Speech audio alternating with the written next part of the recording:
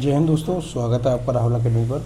दोस्तों बात करेंगे आज इलाहाबाद हाई कोर्ट आरओ और एआरओ में कंप्यूटर और असिस्टेंट की वैकेंसी निकली हुई है 2026 में। दोस्तों ये चल रहा है और अभी वैकेंसी जस्ट आई है 1 जून के लिए। इससे पहले दोस्तों ये वैकेंसी आने के लिए थी, लेकिन थोड़ा डिले हो चुकी हैं।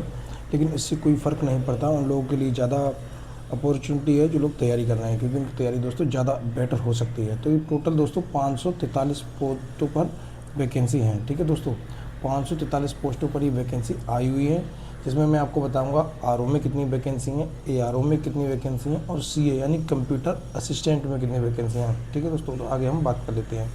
देखिए दोस्तों, ये निकली रिव्यू ऑफिसर यानी जिसे हम बोलते हैं आरओ समीक्षा अधिकारी, एआरओ सहायक समीक्षा अधिकारी और सीए यानी कंप्यूटर असिस्टेंट। ठीक है दोस्तों, तो इसमें मैं आपको सारी वैकेंसी दूंगा, बताऊंगा कि कौन सी वैकेंसी किसके लिए कितनी निकली, जैसे आरओ के लिए कितनी है, एआरओ के लिए कितनी है और सीए के लिए कितनी है।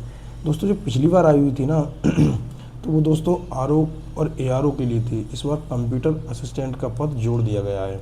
ठीक है, तो हम देख लेते हैं। देखिएगा, इसके जो फॉर्म है दोस्तों वो 1 जून से पढ़ेंगे। कब से पढ़ेंगे? 1 जून से लेकर 21 जून तक, यानी आपके लिए 20 से 21 दिन का ही समय है इस फॉर्म भरने के लिए।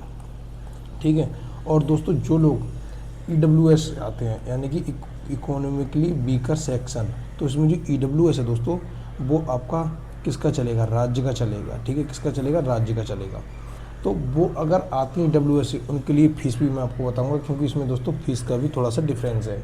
SSC वगैरह में जो आती है वैकेंसी, तो उसमें दोस्तों EWS और जनरल के लिए एक ही फ़ीस रहती है, लेकिन दोस्तों जो इसमें आई है आरओ में, वो दोस्तों जो फ़ीस है वो अलग अलग दी हुई है। ठीक है, तो अब देखिएगा जो फीस है आपकी दोस्तों वो 22 जून तक जमा हो सकती है। कब तक जमा हो सकती है? 22 जून तक आप अपनी फ़ीस जमा कर सकते हैं, लेकिन आप लोग पहले जमा कर लीजिएगा, पहले ही फॉर्म भर लीजिएगा, वरना आगे चल करके साइड में दिक्कत आ सकती है। देखिएगा, जनरल OBC के लिए जो फीस रहेगी वो आपकी 1200 रुपये रहेगी दोस्तों। वो कितनी रहेगी? 1200 रुपये रहेगी। जनरल और OBC के लिए फ़ीस रहेगी वो आपकी 1200 रुपये रहेगी। ठीक है, और EWS SC ST के लिए 1000 रुपये रहेगी। ठीक है दोस्तों, EWS SC ST के लिए कितनी रहेगी? 1000 रुपये फ़ीस रहेगी। ठीक है, और उसके बाद आगे देख लेते हैं। जो एज रहने वाली है वो एज रहेगी मिनिमम 21 साल, यानी कि आप 21 से कम नहीं होनी चाहिए, और मैक्सिमम 35 साल, यानी 35 से आप ज़्यादा नहीं होनी चाहिए। जो एज काउंट होगी 1 जुलाई 2026 से काउंट होगी। कब से होगी? 1 जुलाई 2026 से। तो मेरे चैनल पे एक वीडियो पड़ी हुई है एज कैलकुलेटर की। ठीक है, उसका लिंक आपको डिस्क्रिप्शन बॉक्स में मिल जाएगा, और आप लोग यहाँ से अपनी उम्र काउंट करके देख सकते हैं। ठीक है, कि मेरी उम्र कितनी है, इसके बीच में आ रही है तो मेरा फॉर्म पड़ जाएगा। अगर इससे ऊपर है या इससे नीचे, फॉर्म नहीं पड़ेगा। ठीक है, और दोस्तों आप लोग जो फ़ीस जमा करेंगे, इसकी जो फ़ीस जमा करेंगे 1000-1200 रुपये। ठीक है, तो उसके लिए अगर आपकी फ़ीस अटक जाती है या फिर मान लो पेमेंट हो जाता और पेमेंट दिखाता है कि नहीं हुआ है, जैसे आपके अकाउंट से पैसा कट गए और दिखा रहा है कि पेमेंट नहीं हो पाया है, तो ये जो दोस्तों नंबर दिखाए हुए हैं, इन नंबरों पे आप लोग कॉल करके पूछ सकते हैं। ठीक है, उसके बाद बात करते हैं दोस्तों जो इसकी मतलब आपको करेक्शन करना है, वो आप 24 से 25 जून के लिए इसका करेक्शन कर सकते हैं। ठीक है, और इसका जो एग्ज़ाम हो सकता है वो मेरे अकॉर्डिंग दोस्तों लगभग 3 महीने, 2.5 से 3 महीने में मैक्सिमम बता रहा हूँ आपको, वरना 1.5-2 महीने में एग्ज़ाम हो जाता है। इस 3 महीने के अंदर अंदर आपका एग्ज़ाम हो जाएगा। ठीक है, अब जो रिव्यू ऑफिसर है, असिस्टेंट रिव्यू ऑफिसर है और कंप्यूटर असिस्टेंट है, इसके लिए जो आपकी क्वालिफ़िकेशन है, जो क्वालिफ़िकेशन तीनों के लिए सेम है। पहली चीज़ आपके लिए बैचलर डिग्री होनी चाहिए, कोई एक बैचलर डिग्री, चाहे आपके पास में BA हो, चाहे BSc हो, चाहे BBA हो, चाहे BCom हो।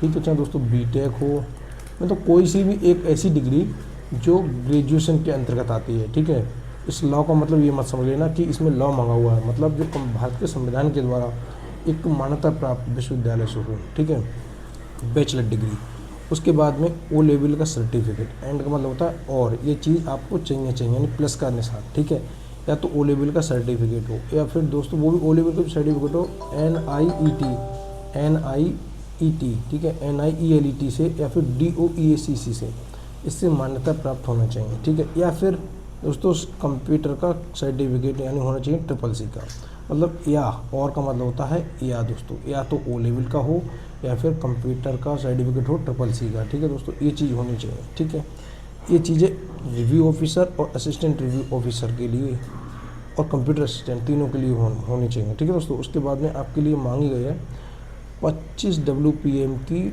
इंग्लिश की टाइपिंग, हिंदी की नहीं दोस्तों, ओनली इंग्लिश। ठीक है, दोस्तों किसकी, ओनली इंग्लिश 25 WPM की इंग्लिश की टाइपिंग मांगी गई है। ठीक है दोस्तों, 25 WPM इंग्लिश की टाइपिंग आपको आना ही आना चाहिए। और जो इंग्लिश की टाइपिंग होगी वो दोस्तों आपकी उसी दिन हो जाएगी जिस दिन आपका पेपर होगा मेंस का। जैसे मेंस का पेपर दोस्तों हुआ आपका, ठीक है, उसके 20 मिनट के बाद आपकी दोस्तों क्या हो जाएगी, टाइपिंग हो जाएगी। क्या हो जाएगी दोस्तों, आपकी टाइपिंग हो जाएगी, वो भी मैं आपके लिए बताऊँगा। अब जो रिव्यू ऑफिसर की वैकेंसी है दोस्तों, RO, ठीक है, जो RO की वैकेंसी से बोलते हैं रिव्यू ऑफिसर के लिए RO।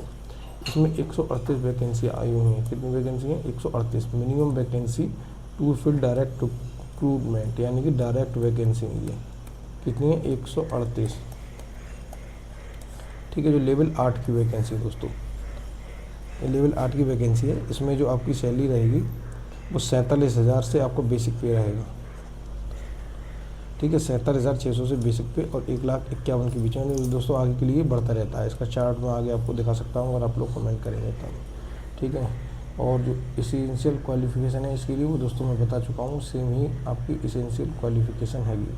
ठीक है, जो पहले मैंने बताई थी उस ये वाली क्वालिफिकेशन, ये सारी क्वालिफिकेशन एक ही है, ये और जो पीछे वाली है ये एक ही बात है। ठीक है, जो मैंने इसमें आपके लिए टोटल विस्तार से सारा कुछ समझा दिया है। ठीक है, कोई अलग नहीं है, तीनों के लिए क्वालिफिकेशन एक ही क्वालिफिकेशन है। ये लेवल 8 की पोस्ट है और गजिस्ट्रेट पोस्ट है। गजिस्ट्रेट जैसे कि प्रधानाचार्य की होती है गजिस्ट्रेट पोस्ट। ठीक है दोस्तों, ये उसके बाद है असिस्टेंट रिव्यू ऑफिसर, यानी सहायक। असिस्टेंट का मतलब होता है सहायक। ठीक है, इसमें दोस्तों 380 वैकेंसी है। कितनी वैकेंसी हैं, 380 वैकेंसी है। ठीक है, वो भी दोस्तों आपकी डायरेक्ट फिल होंगी। कब कैसे फिल होंगी, डायरेक्ट फिल होंगी ये। ठीक है दोस्तों, ये लेवल 7 की वैकेंसी है। ये किसकी वैकेंसी है, लेवल 7 की, जिसमें जो आपको बेसिक पे रहेगा 44,900। 44,900 लगभग सैलरी की बात करें तो 80,000 के आसपास इसमें दोस्तों सैलरी रहेगी। इसका जो परीक्षा पैटर्न है इस बार काफ़ी चेंज कर दिया है। पिछली बार एक ही पेपर होता था और एक ही पेपर से जॉब लग जाती थी। इस बार क्या है, एक पेपर होगा, ओनली एक पेपर। इसके बाद आपको दूसरा पेपर होगा, यानी प्री होगा, फिर मेंस होगा, प्लस टाइपिंग होगी। तो पिछली बार 1 और 3 था, यानी कि ये वाला पेपर नहीं था। लेकिन इस बार दोस्तों क्या किया है, ये वाला पेपर इन्होंने कर दिया, यानी मेंस कर दिया है। इसलिए कर दिया क्योंकि जो बच्चे हैं वो छांटे जाएंगे। ठीक है, कंप्यूटर असिस्टेंट की हैं वो दोस्तों 25 वैकेंसी निकली हुई हैं। ठीक है, ये लेवल 4 की है, लगभग 50,000 के आसपास इसमें भी सैलरी रहेगी। कितनी रहेगी, 50,000 के आसपास में। ठीक है, अब ये वैकेंसी है दोस्तों, ये वुमेंस के 20% इसमें कोटा दिया हुआ है। ठीक है, एक्स सर्विसमैन के लिए 5% है, 4% जो दोस्तों विकलांग होते हैं यानी दिव्यांग लोग उनके लिए हैं। स्पोर्ट पर्सन के लिए 1% है और DFF इनके लिए दोस्तों 2% का है, स्वतंत्रता सेनानी होते हैं। ठीक है, तो उनके लिए एक ही वैकेंसी है अनरिजर्व में, और कोई वैकेंसी भी नहीं है। ठीक है दोस्तों, ये आपकी जो वैकेंसी है ये दोस्तों असिस्टेंट रिव्यू ऑफिसर के लिए दी है। सारी वुमेंस के लिए कितनी है, एक्स सर्विसमैन के लिए कितनी है। ठीक है, और सारी चीज़ें। अब ये रह गई जो ये दोस्तों ये चीज़ है वो है PH वालों के लिए, दिव्यांग वालों के लिए।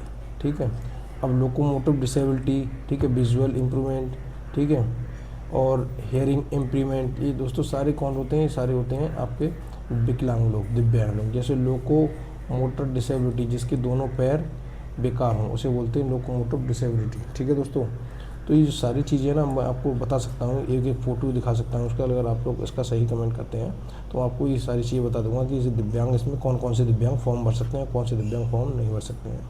ठीक है, ये सारी वैकेंसी कंप्यूटर असिस्टेंट की हैं।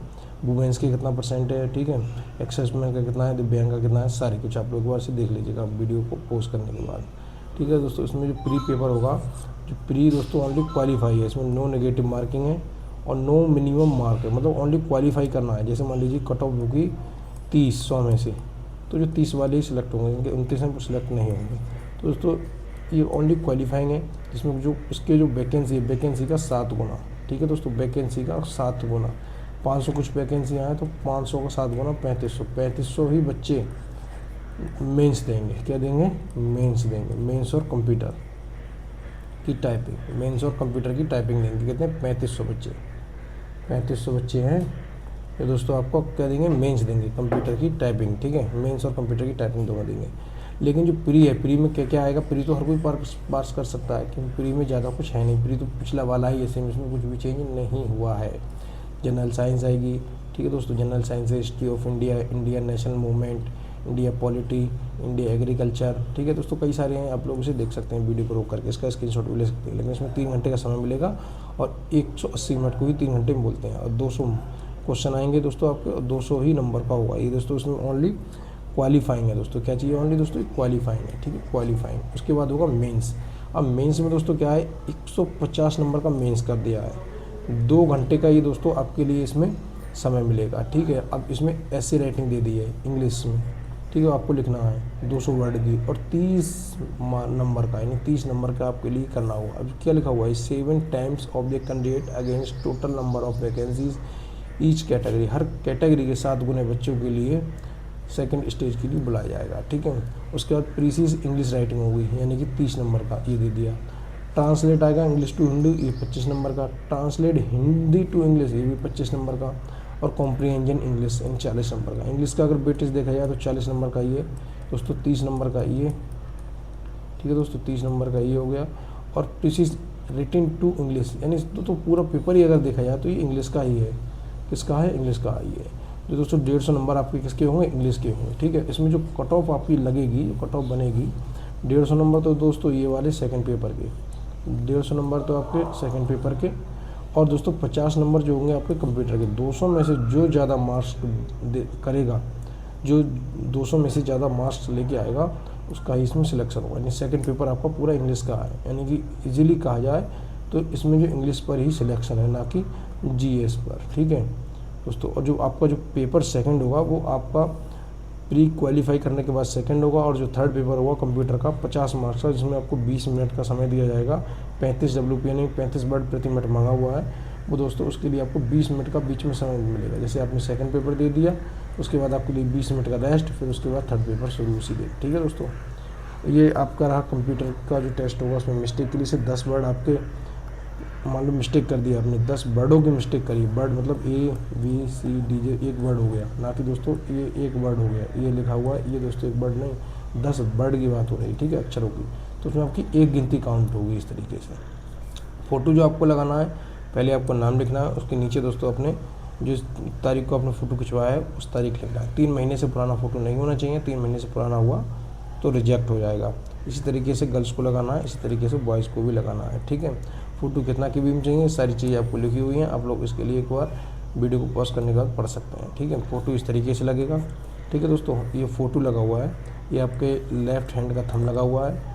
और दोस्तों ये सिग्नेचर इस तरीके से आपको करने हैं, वो भी मतलब सिग्नेचर करने हैं रनिंग में। रनिंग का मतलब होता है जैसे किसी का नाम राहुल है तो वो बिना पेन रोके सिग्नेचर कर दे, ना कि इस तरीके से। ये वाले सिग्नेचर वाला रिजेक्ट हो जाएगा, ये वाला सिग्नेचर वाला पास होगा।